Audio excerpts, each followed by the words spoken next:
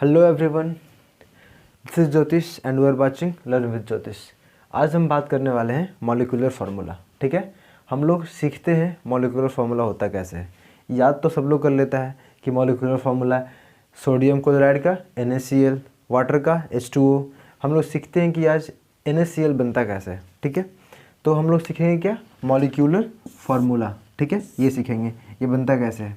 ठीक है, इसको सीखने से पहले हमको एक टर्म याद रखना पड़ेगा, वो है क्या है, रेडिकल्स। रेडिकल्स क्या होता है? रेडिकल्स एक तरह का रिप्रेजेंटेशन है, किसका, एलिमेंट्स का सिंबल और एलिमेंट्स पे कितना चार्ज है। ठीक है, अ ग्रुप ऑफ एलिमेंट्स और एटम और an element which have net charge on it is called radicals. जैसे कि हम देखते हैं रेडिकल्स होता क्या है। ठीक है, जैसे हम लिए NaCl सोडियम क्लोराइड। ठीक है, Na अलग है, Cl अलग है, दोनों मिलता कैसे है। ठीक है, Na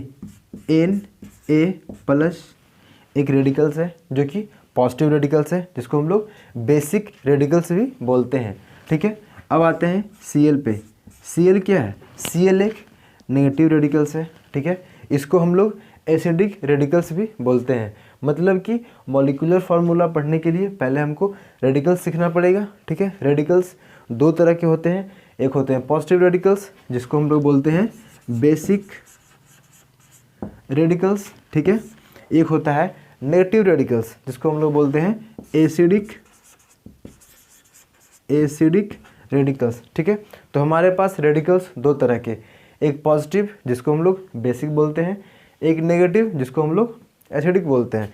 तो यही दो रेडिकल्स मिल करके एक बनाता है मॉलिक्यूलर फार्मूला। तो सीखते हैं मॉलिक्यूलर फार्मूला बनता कैसे है। जैसे कि हमारे पास बहुत सारा पॉजिटिव रेडिकल्स भी है, बहुत सारा नेगेटिव रेडिकल्स भी है, दोनों मिलता है और बनता है एक मॉलिक्यूलर फार्मूला।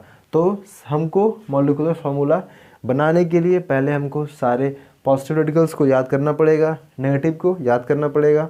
ठीक है, वो याद कहाँ से करेंगे, तो आपको डिस्क्रिप्शन बॉक्स में इसका PDF मिल जाएगा। जितना भी अभी तक केमिस्ट्री में पॉजिटिव रेडिकल्स हैं जो कि नोन है, ये नेगेटिव वाले हैं जो कि नोन है, आपको डिस्क्रिप्शन बॉक्स में उसका PDF लिंक मिल जाएगा। ठीक है, आप वहाँ से डाउनलोड कर लें और इसको याद कर लें। ठीक है, और प्रैक्टिस के लिए आपको इसी डिस्क्रिप्शन बॉक्स में आपको लिंक मिलेगा जहाँ से आप इसको मॉलिक्यूलर फार्मूला को प्रैक्टिस कर सकते हैं। ठीक है, तो आगे बढ़ते हैं, सीखते हैं ये होता क्या है।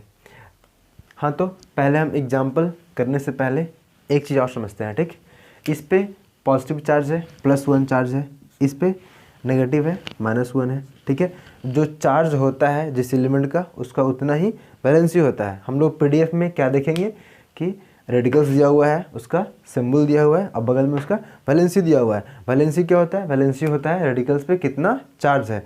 ठीक है, तो हम एग्जांपल लेते हैं हम कैल्शियम क्लोराइड। ठीक है, कैल्शियम क्लोराइड। ठीक है, एग्जांपल लिए कैल्शियम का, हम देखेंगे सीधे PDF में कितना होता है, इसका सिंबल Ca होता है।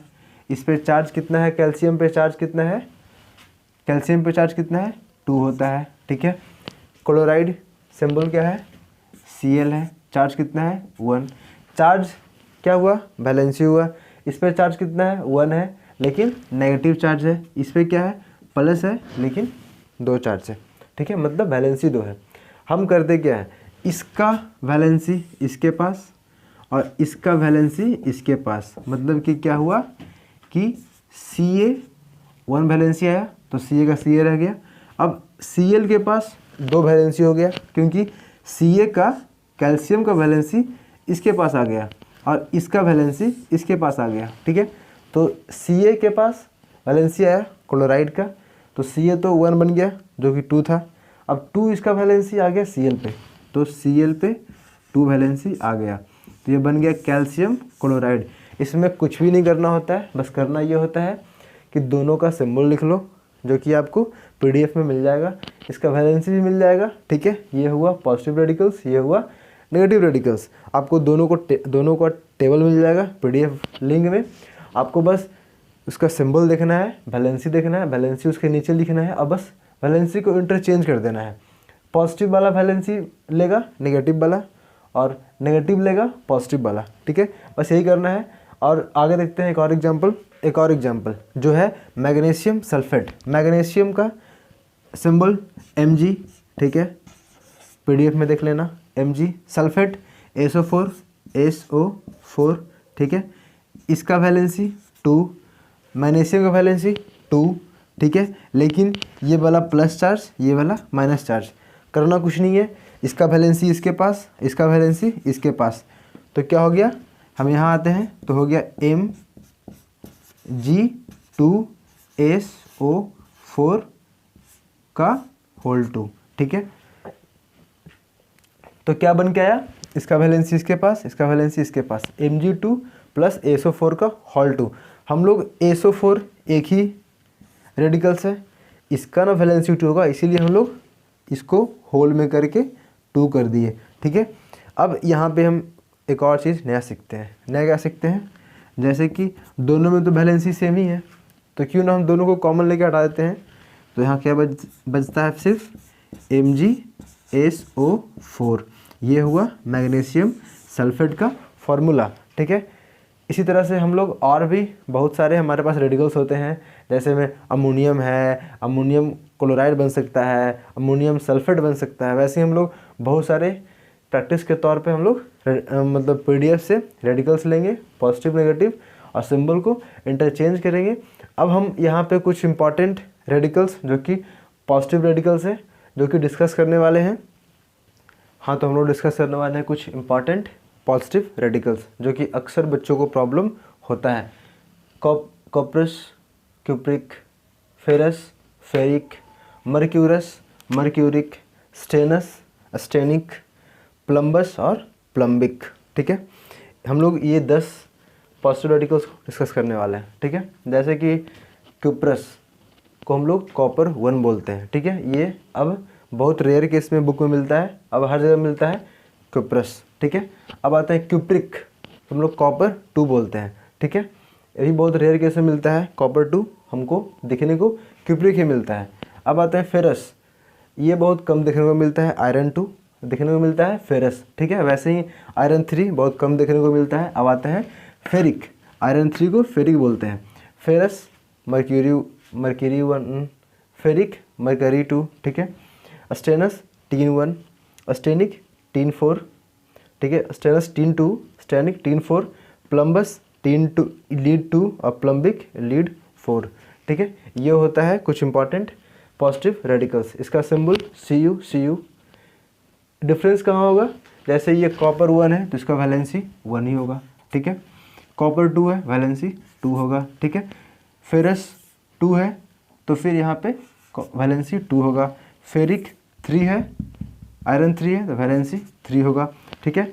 मर्क्यूरस 1 है तो वैलेंसी 1 ही होगा, ठीक है। मर्क्यूरिक 2 है तो वैलेंसी 2 ही होगा, ठीक है। स्टेनस 2 है तो वैलेंसी 2, स्टेनस 4 है तो वैलेंसी 4, प्लम्बस लीड 2 है तो वैलेंसी 2 और फिर से लीड 4 है तो वैलेंसी 4। ये इसमें डिफरेंस है, बाकी सिंबल तो सेम ही है, बस सिंबल डिफरेंस यहाँ पे है। मरकरी वाले में सिंबल है जो डिफरेंस है, बाकी सारा में सिंबल सेम है। डिफरेंस कहाँ आता है, वैलेंसी में आता है, ठीक है। वैलेंसी हम लोग कैसे पकड़ेंगे, नाम से, जैसे कि cuprous OUS OUS OUS OUS और OUS। OUS किस में आता है, जिसमें वैलेंसी कम हो, OUS 1 वाले में। और IC और IC किस में आता है, जिसमें वैलेंसी अधिक हो।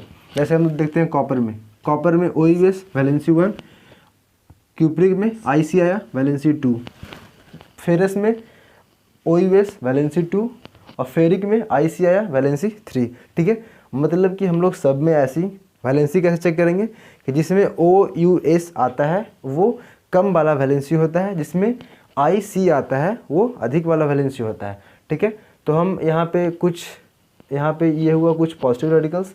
हम लोग कुछ इंपॉर्टेंट इंपॉर्टेंट तो नहीं, कुछ हम लोग नेगेटिव रेडिकल्स लेते हैं, जैसे में हो गया क्लोराइड, ठीक है, ये अक्सर देखने को मिलता है, क्लोराइड, सल्फेट, सल्फेट, ठीक है, सल्फेट हो गया, chloride Cl valency 1, sulphate, sulphate SO4 valency 2, ठीक है। जैसे कि हम लोग इसको प्रैक्टिस कैसे करेंगे, हम लोग कोई एक पॉजिटिव रेडिकल्स लेंगे और कोई एक नेगेटिव लेंगे। जैसे हम लेते हैं फेरस क्लोराइड, ठीक है, फेरस लिए, सिंबल कितना है, क्या है, Fe है, वैलेंसी कितना है, ferrous valency 2, chloride symbol Cl, ठीक है, क्लोराइड सिंबल Cl, इसको इरेज करते हैं, क्लोराइड सिंबल Cl, ठीक है, हो गया। अब वैलेंसी कितना है 1, इसका वैलेंसी इसके पास, इसका वैलेंसी इसके पास, क्या बना FeCl2। यहाँ हम लोग Fe वाला लिए हैं, 2 वाला लिए हैं, तो 2 वाला कौन सा Fe है, वो है फेरस, इसको हम लोग बोलेंगे फेरस क्लोराइड, इसको हम लोग बोलेंगे फेरस क्लोराइड, ठीक है, फेरस क्लोराइड।